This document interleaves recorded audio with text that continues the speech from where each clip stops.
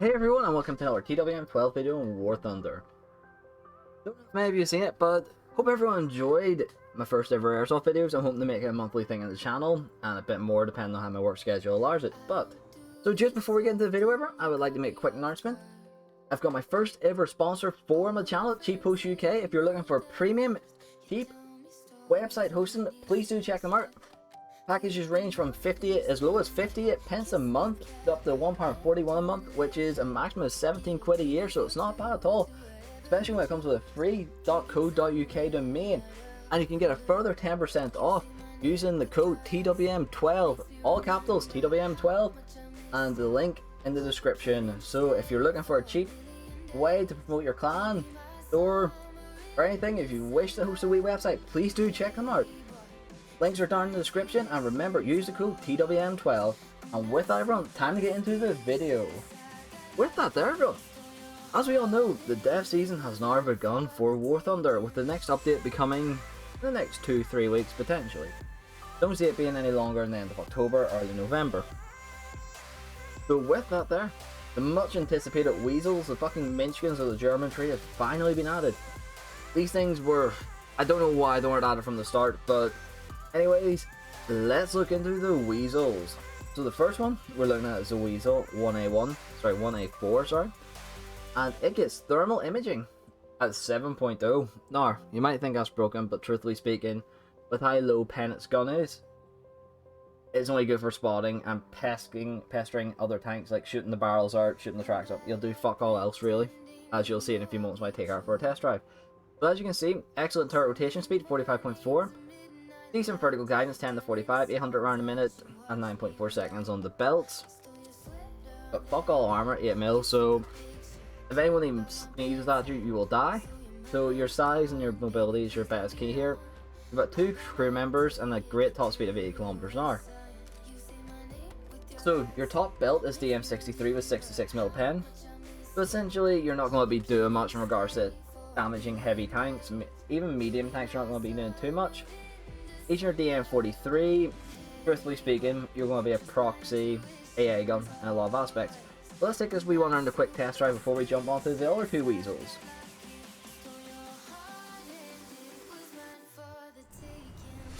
As you can see, 100 rounds per belt, and you get 3 belts. 8 very good thermal imagers. You lack a stabilizer. Very high fire rate, but I will say this, once you go down into the water here, you'll notice the speed just drops off drastically.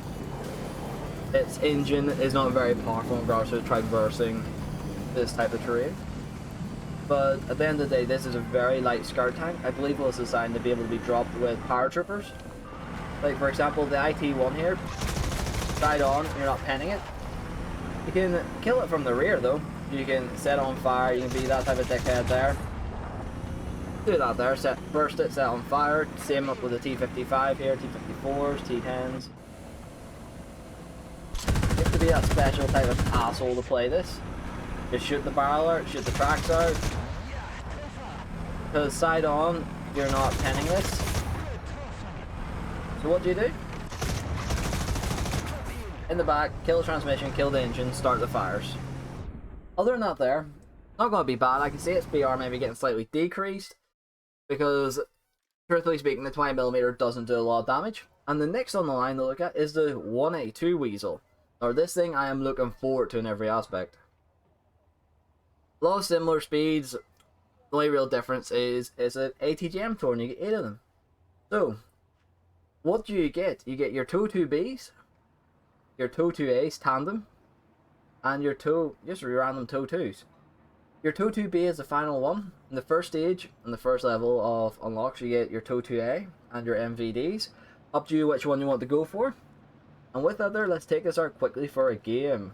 Well, let's change the game into test. So we'll go for a couple of 2-2Bs, a couple of 2-2s, and a couple of 2-2A. Now you will notice the ATGMs are a bit slow on this thing. So we'll go for, I believe that is a 2-2B first, I believe. It is. Pretty potent, nice wee ammunition kill. Then we'll pop over to the normal too.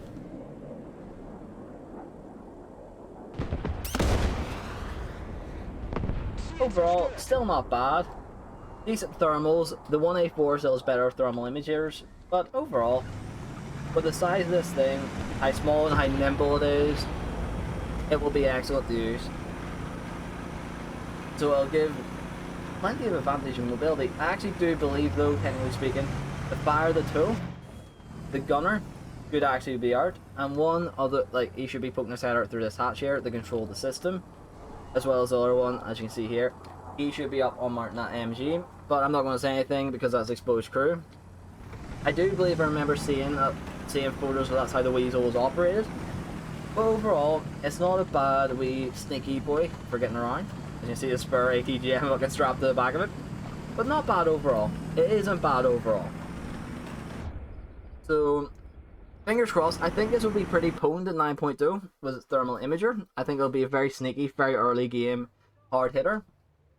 With all the size of it, it's going to be hard to notice. And with the final Weasel in the series, the Oslot, the Weasel with the SAM system. Very weird SAM system. I'm not too sure how this one actually works or deploys. You know what? I'm genuinely very confused about how this works. I'm very curious myself. It just looks odd the way it's modeled. Anyways, same again. Very high turret rotation speed, 70.7, 10 to 70, 60 rounds a minute on the IR missiles. Excellent overall. Back down to 2 crew again though. And let's take our... Now it does have a slower top speed. Instead of 80, it's down to 70. Well, let's see how this one goes. Seems it will be pretty potent though.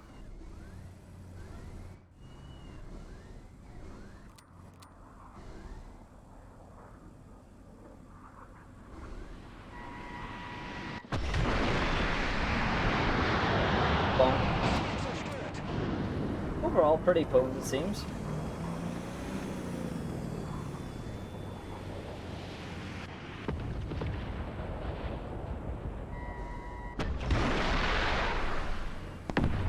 Well, there you go, there's me shooting the rocks. But yeah, no, overall it seems it'll be a pretty potent at the aircraft gun. But you have to be very opportunistic, which is quite nice with it. I do like the fact that you're able to, in a lot of aspects, I shouldn't say in a lot of aspects, you're sort of able to get the jump on planes because it's IR. So expecting a really cool reload animation there. Don't know what I was expecting. But with the mobility of this thing, you should be able to get in some decent spots to cause problems for aircraft, which is quite good. I'm not too sure of the overall range for the missiles. But again, you do have thermal imagers. Very potent thermal imager, which is nice. So you should have... Well, you shouldn't have any issues killing the helicopters. There we go, 1,000 meters a second. Self-destruct time, 15 seconds. So the guns of 15k, you're getting out of it. So it's not bad. It isn't bad at all. No, it may be shorter, maybe a wee bit longer. 15-second flight time. I'm guessing 1,000 meters to 15 seconds is 15 kilometers. I don't actually know if that's correct or not.